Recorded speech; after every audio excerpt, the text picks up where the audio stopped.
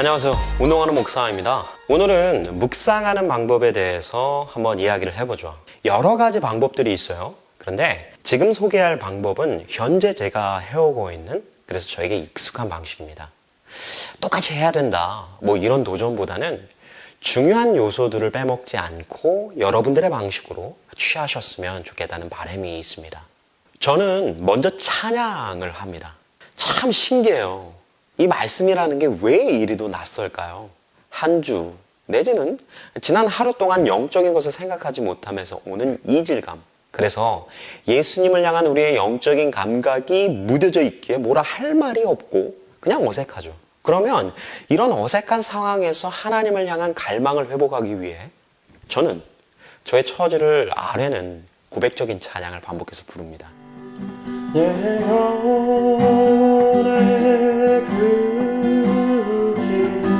깊은 데서 맑은 바람이 울려나네. 워낙 불안이라는 게 많은 나약한 존재인지라 저는 이 찬양을 즐겨 부릅니다. 상당히 추상적인 내용의 가사이지만 하나님께 왠지 집중하고 있다는 느낌을 받습니다. 그 다음으로 하나님께 기도를 올려드려요. 말씀 묵상을 하면서 가장 실수하기 쉬운 부분이라고 생각을 하는데 저도 사실 이 부분에 상당히 취약합니다. 내가 하나님께 묵상을 해드린다는 이 어처구니 없고 교만한 마음이 존재해요. 그래서 이따금씩 묵상 본문을 읽고 바로 논리를 짜내기 시작해요. 그래서 여는 기도를 통해서 저는 하나님 앞에 이 겸손이라는 것을 간구합니다. 그리고 또 간구할 것이 있어요. 묵상을 시작하기에 앞서 오늘 말씀이 어렵지는 않을까 하는 이 두려움과 긴장이 모두에게 있을 거라는 생각을 해보게 되는데, 그래서 필요한 게 바로 하나님으로부터 공급되는 지혜라는 것이죠. 두 가지입니다. 여는 기도를 통해서 겸손의 마음 그리고 지혜를 간구해 보셨으면 좋겠습니다. 사랑의 하나님 아버지, 오늘도 하루의 시작을 하나님에 대한 말씀 붙들고 또 기도하고 찬양하고 또 하나님의 뜻을 깨닫기 위해 또 생각할 수 있는 귀한 시간 허락하여 주신 것 너무나 감사합니다. 지금 이 시간에 하나님의 말씀 앞에 섭니다. 겸손한 마음으로 이 말씀을 읽어나갈 수 있도록 도와주시고 저의 삶 가운데 이 말씀이 큰 유익이 될 수 있도록 도와주시옵소서. 또한 이 말씀을 이해하고 또 하나님의 그 뜻을 온전히 부족한 제 마음 가운데 받아들이기에는 지혜가 부족합니다. 아버지 하나님께서 말씀을 이해할 수 있는 능력과 지혜 허락해 주시고 하나님이 저를 사랑하시는 그 마음을 이 시간에 크게 깨달을 수 있는 귀한 시간 될 수 있도록 도와주시옵소서. 감사드리며 살아계신 예수님 감사합니다. 아멘. 그 다음 스텝은 본문 읽기입니다. 저는 여러분들이 묵상책을 활용하는 걸 권장드려요. 그 이유를 잠깐 여러분들과 나누기 원하는데요. 첫 번째로 하루치 묵상 본문의 양에 대해서 고민하지 않아도 된다는 유익이 있어요. 그 이야기는 내가 그 범위를 정하지 않았으니까 묵상 진도가 쭉쭉 빠질 수 있다는 장점이 있다는 거죠. 두 번째는 이 건강한 성경 해설, 본문 해설을 참조할 수 있다는 겁니다.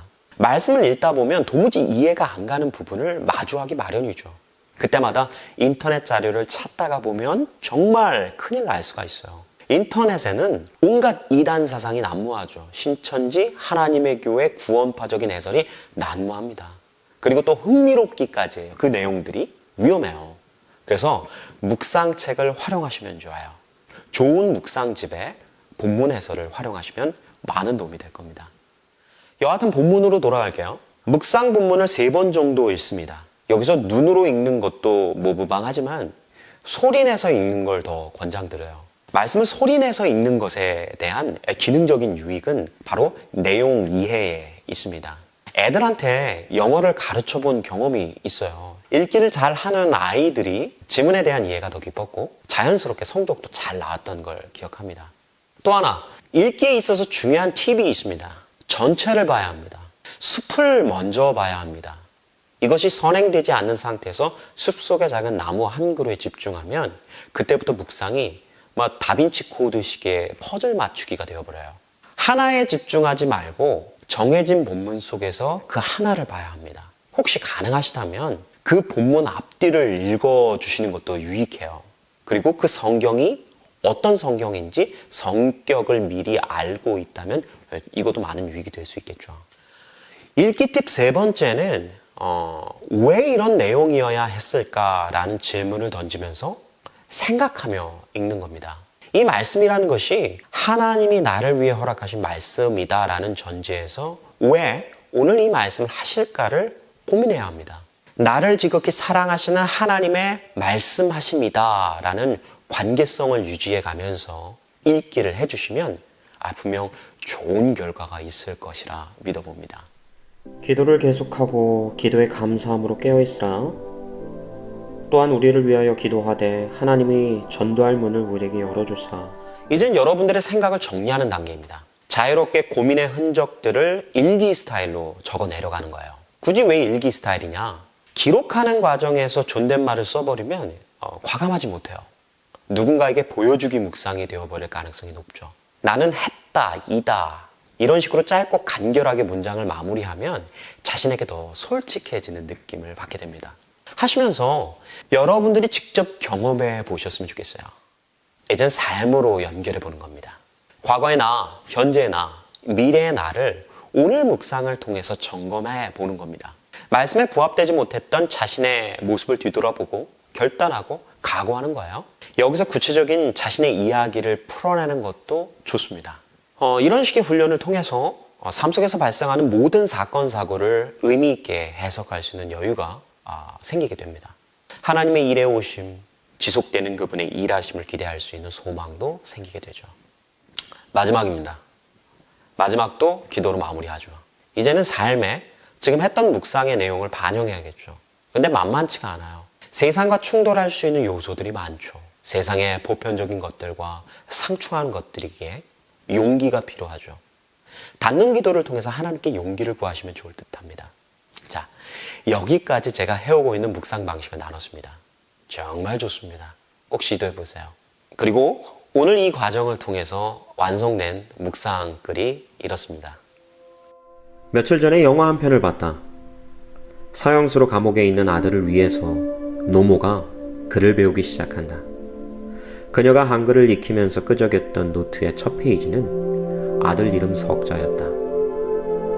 아들에 대한 원망도 실망도 아닌 그녀는 어렵게 글로 적은 마음을 아들에게 전달한다. 네가 뭘 했어도 넌 내 아들이다. 이 편지는 아들의 마음을 변화시켰다. 극도로 강팍했던 마음이 누그러지고 목적도 희망도 없던 그 아들의 삶에 살아야 할 이유와 소망의 불씨가 되었다.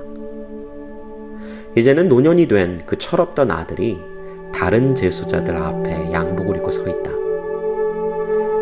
그리고 자신이 경험한 어머님의 사랑, 그 사랑의 힘을 전하고 있는 모습으로 영화는 마무리된다. 사도 바울의 입장은 영화의 배경과는 다르다. 하지만 자신이 경험했던 하나님의 사랑을 주님의 시선이 머물고 있는 이들에게 드러내고 있다는 점에서는 동일하다. 로마와 골로새 간에 물리적 간격이 있지만 그리고 그 물리적 거리감은 감정적인 거리감마저 야기할 것 같지만 그 제한된 방법과 공간이 오히려 바울로 하여금 그의 심장을 더욱 뜨겁게 만든다. 그리고 바울의 가장 전하고 싶었던 진심을, 그 영혼들을 향한 하나님의 진심을 본문을 통해서 느낄 수 있다. 그 진심을 짧게 이렇게 정리해본다. 복음을 위하여 깨어있으라. 복음은 나의 존재 가치를 상기한다. 하나님의 아들이 나의 죄를 대신해서 처형당했다. 그분은 나를 이렇게까지 끔찍히 사랑하시고 내 인생에 대한 소망이 있으시다. 이렇게 복음이란 것의 한 국면은 나를 소생시킨다. 멈춰있던 나의 심장을 다시 뛰게 만든다. 감사를 회복시킨다. 참 찬양의 이유를 회복시킨다. 그런데 그 사랑이 나를 다시 움직이게 만든다. 사랑을 독점하는 것에서 엔딩이 아닌 나로 하여금 누군가의 신음에 가만히 있을 수 없게 한다. 돈이 없어서, 사고가 나서, 취직을 못해서, 중독이 되어서 아파하고 있는 그들이 나의 기도 제목이 되게 만든다. 현실적인 대안으로 다가서기도 하고 그러다가 거절당하기도 한다. 그러면서 그들에게 유일한 해법인 예수 그리스도가 그분의 사랑의 강도와 느낌이 전달될 수 있도록 또 소망하며 다가선다. 오늘 본문, 목사로서 부르심을 받을 적에 인생의 큰 변환점이 되었던 그때를 상기하는 오래된 편지 같다. 여러분들의 구독과 좋아요는 영상 제작에 많은 힘이 됩니다. 부탁드립니다.